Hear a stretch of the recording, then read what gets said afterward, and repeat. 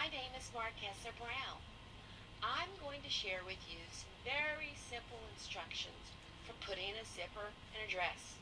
I believe I'll start with the assumption that everybody listening to this or looking at this isn't going to know two things. They're not going to know how to use a sewing machine, and they're not going to know how to sew. So let me start with some very simple directions about a sewing machine and how you operate it. A sewing machine has a big wheel on the right. It has a needle and a needle foot in the center, and it has a plate on the bottom. The plate that's on the bottom is directly over the needle, which is located in the needle foot. It also has a pedal that's on the floor. Now the object is you have to mash the pedal with your right foot while holding the fabric with two hands so that the fabric can easily glide through the needle. And you've got to hold it to kind of keep it from going in all kinds of directions so that your fabric won't be crooked and lines everywhere and it's sewn incorrectly. So you don't have to worry too much about the wheel. The wheel just turns automatically. But you've got to learn how to get the right amount of pressure on the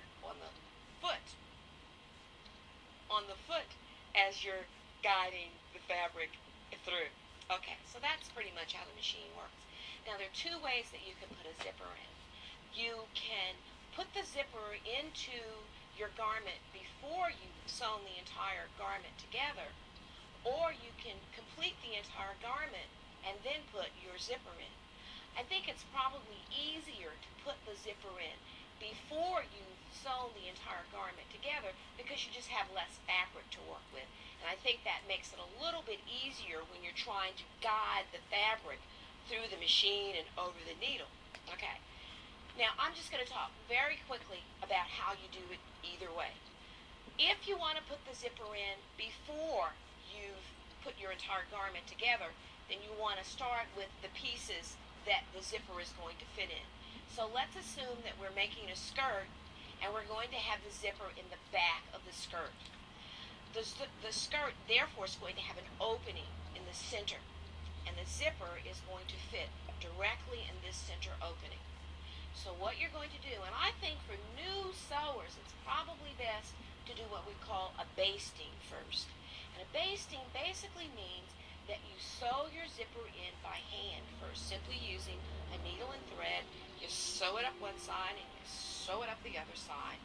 It's very important to make sure that the fabric totally covers the zipper.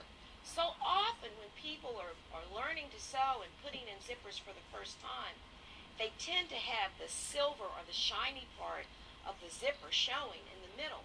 But the key when you're basting is to be sure that the left and the right cover the center of the zipper when you baste it in. Okay, so let's say you've sewn up the left side, you've sewn up the right side. The fabric is totally covering the zipper so that you cannot see your zipper.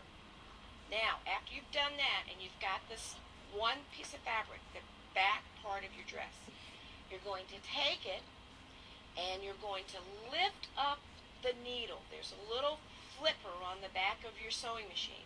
So you flip it up, you take your fabric, you put it under there. It's probably better to start sewing on the right side of your zipper. So you take your fabric, you put it under, you let down the lever, you put your foot on the pedal, and you start sewing, guiding your fabric all the time. And you want to sew very slowly. So you're going to start probably at the bottom, and you're going to sew up one side. Now, if you know anything about zippers, the top part of the zipper is kind of thick. So it's going to be important when you're sewing that when you get to the top part and the needle doesn't go over the thick part of the zipper, that you stop at that point.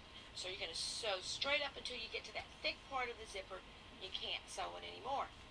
You stop, this is when you're going to use your wheel on the side. take your wheel and you turn it up so that the needle comes out of your material. You take your fabric out, and then you move it over to the other side. So you're going to sew again where you did your basting, and you're going to sew that up. When you finish with that, you take it out again, you pull your zipper down, and then you're going to sew those two places on both sides where it was too thick to sew it with the zipper up. So now that you've got the zipper pulled down, you can get your needle to go through on both sides. That's basically how you put a zipper in.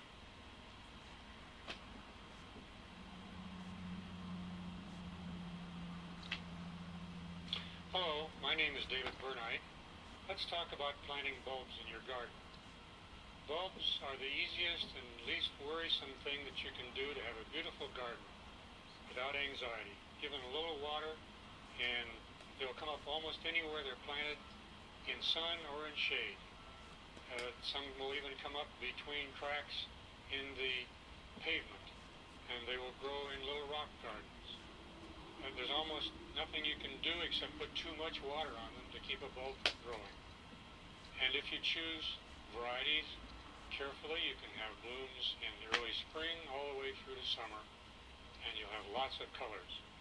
Strictly speaking, daffodils, narcissus, tulips, lilies, and hyacinths are the main flowers which a botanist would say actually grow from bulbs. And onions and garlic, they also have flowers. If you cut a bulb in half, you'll see that it has layers, which are leaves getting ready to sprout, and inside is a tiny bud ready to come up. There are other flowers which grow from lumps which you plant in the ground. One group comes from what is called a corm, a fibrous kind of thing. Dutch iris and crocus are examples of this. And then there are tubers, which is a starchy underground storage place for energy, which has eyes, which become little sprouts. A potato is a tuber, but anemones are a beautiful garden flower which grow from tubers. All of these can be planted in the same way as bulbs. My very favorites are daffodils and narcissus because they're so easy. They're hardy, and gophers don't like to eat them. Now, tulips are something else.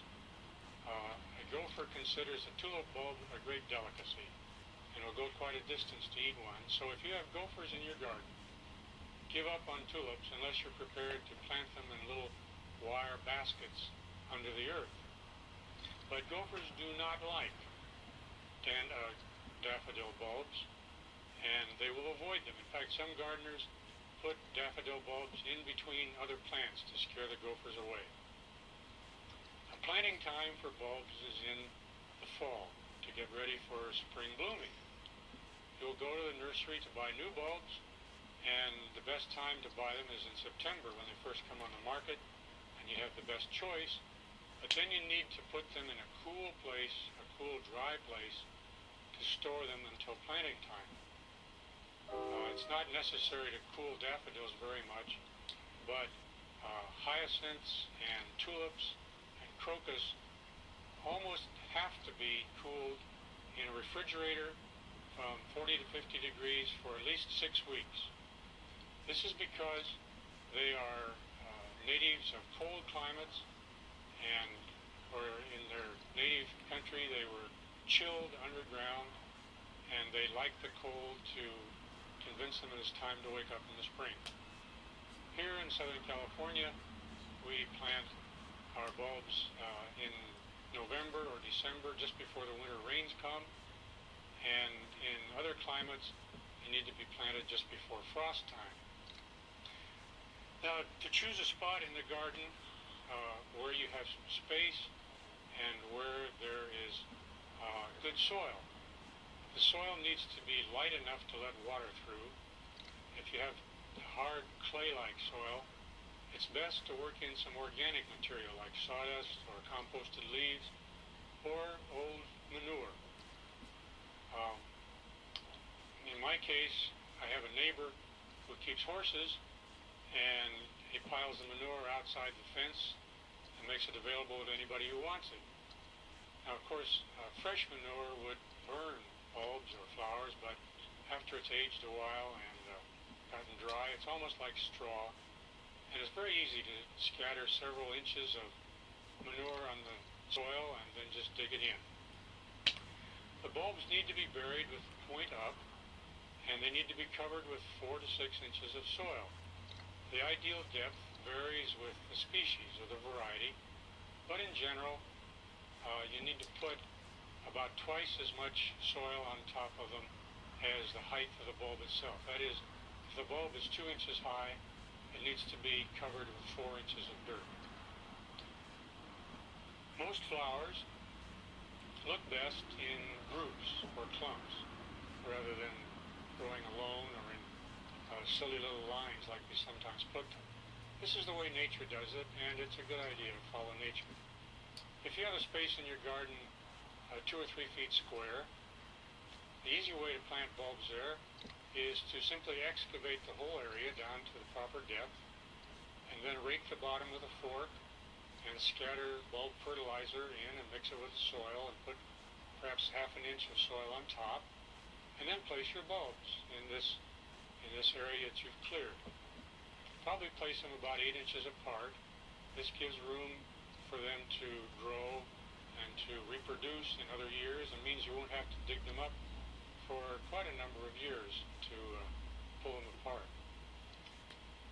Cover them halfway up with soil and then water thoroughly, and then put the rest of the soil in and water again.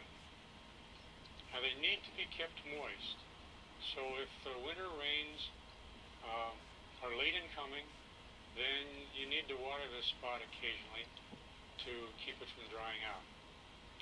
If you're planting individual bulbs or wanted to put bulbs in between other plants, you can dig a hole for each one with a trowel or with a bulb planting device. Now there is a device on the market which I like very much. It's shaped kind of like a tomato soup can, except it's a little narrower at the bottom than at the top, sort of like a cone that's had the bottom point cut off, and at the top is fastened a handle.